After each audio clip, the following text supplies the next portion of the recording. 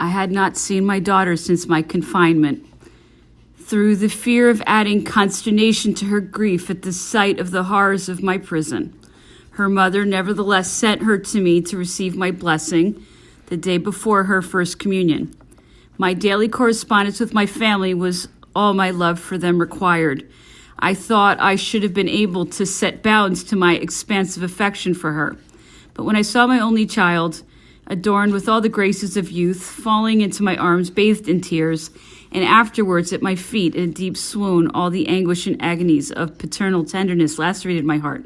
For the first time I felt how great was my misfortune. I could not master my grief. Silent tears mixed with my daughter's sobs, and when I placed my hands on her head, it was impossible for me to utter a single word. This scene made me reflect on my situation. I began to consider it under its real aspect, and my counsel, in their conferences, tore off a part of the veil which still then had covered my eyes. The first, Monsieur Trippier, was a man whose mind was cool, accurate, and logical. The best way he found to prepare himself for my defense was to attack me on all points. What had I to do with the post office? Why did I go there so early in the morning? Why did I send a courier to Fontainebleau? Why did I give orders during the day? Why that bulletin sent all over France by the mail? Finally, why did I stop the newspapers, and especially the Moniteur, that contained the king's proclamation? He had never done with his questions. My answers appeared to him to be sincere and satisfactory, but they did not clear me of the fault I had committed. He was, however, soon convinced that I had merely yielded to imprudent impatience. But that was not enough to acquit me, and until the day before my sentence was passed, he thought I should be condemned to 5 years' imprisonment for having usurped the public power. The preliminary conferences continued twice a week during nearly a month. A few days before the opening of the debates, the Moniteur acquainted me with the terrible letter addressed to the Chamber of Peers and signed by the Duc de Richelieu against Marshal Ney. How could that man, of whom public fame proclaimed the frankness, the gentle manners, and the impartial and independent character, how could he attack before the Chamber of Peers with such brutal and sanguinary rage one of the most honorable Frenchmen of our time, one of our most illustrious warriors, and unfortunate, accused but unjudged man, whose examination was not yet known, and whom the law ought to have surrounded with a generous compassion? When Monsieur de Lacroix-Frainville, one of my counsel, entered my room, I showed him the Moniteur. Deep emotion was visible in his features while he read it, and when he had done, he said to me with an air of consternation after a few moments' reflection, "Sir, I see but too clearly what they want to come to. But I am old.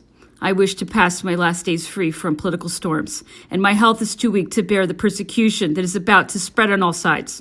Permit me, therefore, to deposit into other hands the burdens I have taken upon me. My friend Trippier will easily find a fellow lawyer that will help him with your defense. I shall continue with my advice, but I do not feel strong enough to appear before the court." The old man appeared, in fact, so overcome that I had no comment on these observations. In that instant, Monsieur Trippier entered the room, and his colleague, after having put the newspaper into his hands, repeated his resolution and was going to name some other lawyer to take his place, when Mr. Trippier said coolly, "I want nobody. I shall defend my client alone. It is my duty, and no consideration shall make me turn away from it." And then our conference began.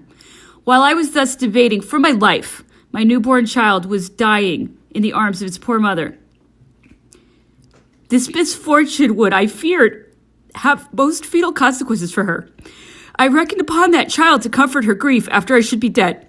The motherly care it would require, and which she would lavish on it with so much affection and tenderness, would, I expected, give still a zest to her life, and it was abruptly taken away from her in the space of a few hours. The circumstance threw me into despair. The following day, when Lacroix-Frainville came in, the situation in which he found me made him suspect that the fear of a sentence of death was the cause of my trouble, and he was going to offer me some commonplace comfortings, when I acquainted him of the fresh blow that had shook me. "My God," he cried, pressing me in his arms, "this is too much at one time. Pray forget the momentary weakness that I showed yesterday. I will not leave you. Yes, I will defend you." And he nobly kept his word by coming into court and assisting his fellow counsel during all the debates. My greatest anxiety, however, was the situation of Madame Lavalette. That son, the object of the wishes of all her life, had been snatched away from her. I had required of her not to come to the conciergerie during her pregnancy. That dismal sight of a prison and of a dungeon in which I was confined might have had a fatal effect upon her. Through the same motive, I had forbid them to bring my son to me. All that had been reported to me of the passionate love of the mother for her child made me tremble for her health. St. Roses only spoke to me of her tears and her grief, but tried to make me easy as to the consequences. Now, what would be the result of the trial? 5 years' confinement was a severe punishment, but still I might see her, comfort her, keep in my hands the management of our mutilated fortune. In one word, offer her the prospect of more happy times to come. But if death awaited me, what would become of her in her misfortune? Through some fatality too common in our revolution, her family, not very numerous of itself, was dispersed or had disappeared. Her father was indeed returned from abroad, but he had brought with him a second wife, who had borne him children. Although he was an excellent man, new ties, new affections, and the distance at which he lived from Paris did not promise that he would be a very effectual consolation for his daughter. My only hope rested on Count Alexandre de la Rochefoucauld, who was related to her by marriage, and who had given us for the last month courageous proof of his affection. While my mind was thus agitated, I was informed that the trial would open on the 19th of November. The list of the jury was laid before me on the 18th. Not one among the 36 names was known to me. I had to choose among them 12 men whose conscience might be firm, and whose minds enlightened enough to resist the corruption of the party spirit and the threats of government. The list was composed of tradesmen, lawyers, and 2 members of the Council of State, all men, the independence of whose position, except that of the former, was not extremely certain. I had several copies made of that list, and my friends hastened to make inquiries concerning them and to visit them, but it was Sunday, and consequently difficult to meet them. The notes I received the next day were so contrary that I knew not whom to reject or admit. I was, however, obliged to go up to court. Before I entered the room where the jury was assembled, they made me wait in the president's closet, where I found a verger of the criminal court. He was a young man whose eyes, fixed upon me with the appearance of great interest, seemed to question me respecting the list I held in my hand. "Read the list to me," he said with emotion. "Your fate lies in that paper. I can direct you better than anyone." I did as he bade me, and at each name I mentioned, he cried, "That one is doubtful. The other is shocking. Quickly erase the name." He had scarcely heard 12 of them when I was called to assist at the drawing of the jury. It was an imposing scene. 36 persons assembled, standing in presence of the magistrates and the prisoner. 12 were to decide his fate. My looks wandered over the assembly. I sought for goodwill, or at least for impartiality, and methought I perceived a sort of sympathy for me. The gravity of their countenance, their downcast looks, the air of melancholy spread over their features, infused a degree of tranquility into my mind that augmented with each minute. I challenged the first names that came out of the urn, because they had been so by my kind verger. But I accepted the 13th, Monsieur Aron de Villefosse. The information my friend had given me was favorable to him. He was an engineer who had been employed by the emperor in the mines of the Harz in Hanover. I'd been assured he was a learned and sensible man. He had been master of requests during my time. I congratulated myself, therefore, for having him for foreman of my jury. To his name followed that of Monsieur Jurien, now Councillor of State, and I believe formerly an emigrant. I accepted him with a secret reluctance and with a sort of foreboding that he would prove inimical. The sequel will show in far how I was mistaken. My intention is not to retrace here all the particulars of my trial. I cannot, however, pass over in silence some facts which are not explained by the perusal of the proceedings. On the 20th of March, the 2 nephews of Monsieur Ferrand were at the post office. One of the two accompanied Madame Ferrand when she came to ask me for a permit for post horses. It was the first time in my life that I'd seen this young man, and it was not he that came up as a witness against me. The one who appeared had neither his stature, his features, his eye, nor the tone of his voice. I did not know there were two brothers. And in my first astonishment at finding myself in the presence of an utter stranger, I made the observation aloud. The witness, however, positively affirmed that it was he who had accompanied his aunt. The president asked me what use I wished to make of so serious a charge, which might have involved the witness in a trial for perjury. My counsel, whom I consulted, was at a loss what answer he should give me, and in all probability I should not have succeeded in eliciting the truth. I nevertheless remained convinced that I was in the right. What could have been the motive of that change of individuals? The eldest, who really accompanied his aunt, was a master of requests. Could it have been repugnant to his feelings to present himself as a witness against me? I have not seen either of these two gentlemen since that time. And when I returned to France after 5 years' banishment, it would have been impossible to throw any light on so strange a circumstance. The Advocate General, Oua, was a man of very violent opinions, and I am not the only victim of the unjust severity which he showed at that time with several other officers on the crown side of the court. He had shown himself my private enemy. The violence of his attacks, his obstinate hatred of me, made him reject in a brutal manner all that seemed to militate in my favor.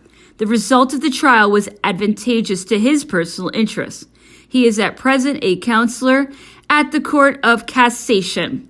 The first day was spent in examinations. The second was devoted to the pleadings of my advocate and of the king's attorney. I stood in the presence of numerous spectators, none of whom were my friends.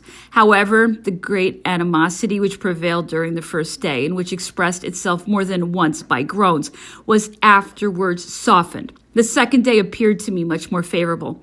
At last, towards 6 o'clock in the evening, the jury were going to retire when the manner of putting the questions was discussed between the king's advocate and mine.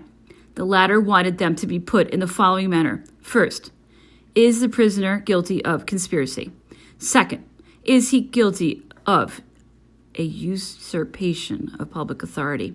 It was clear that I had had no share in the conspiracy, for that charge had been abandoned from the beginning of the proceedings, and the jury would undoubtedly have acquitted me on the first question.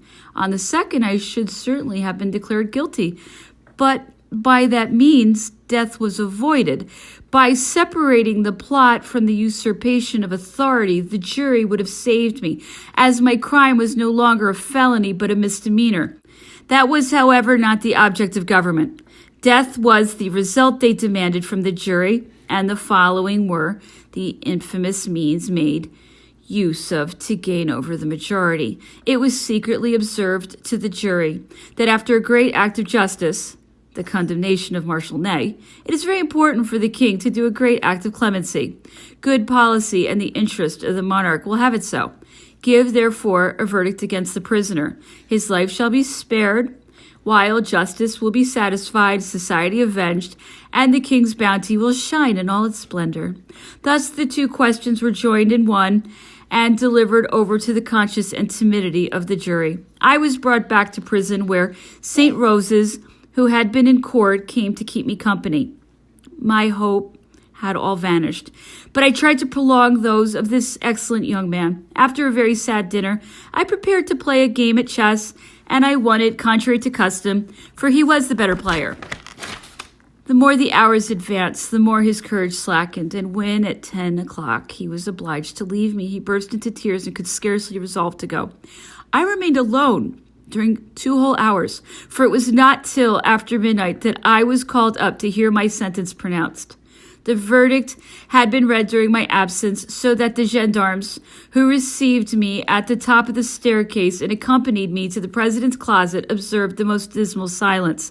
I sat down, and looking at them attentively, I read my fate in their faces. Well, I said to the brigadier, am I condemned?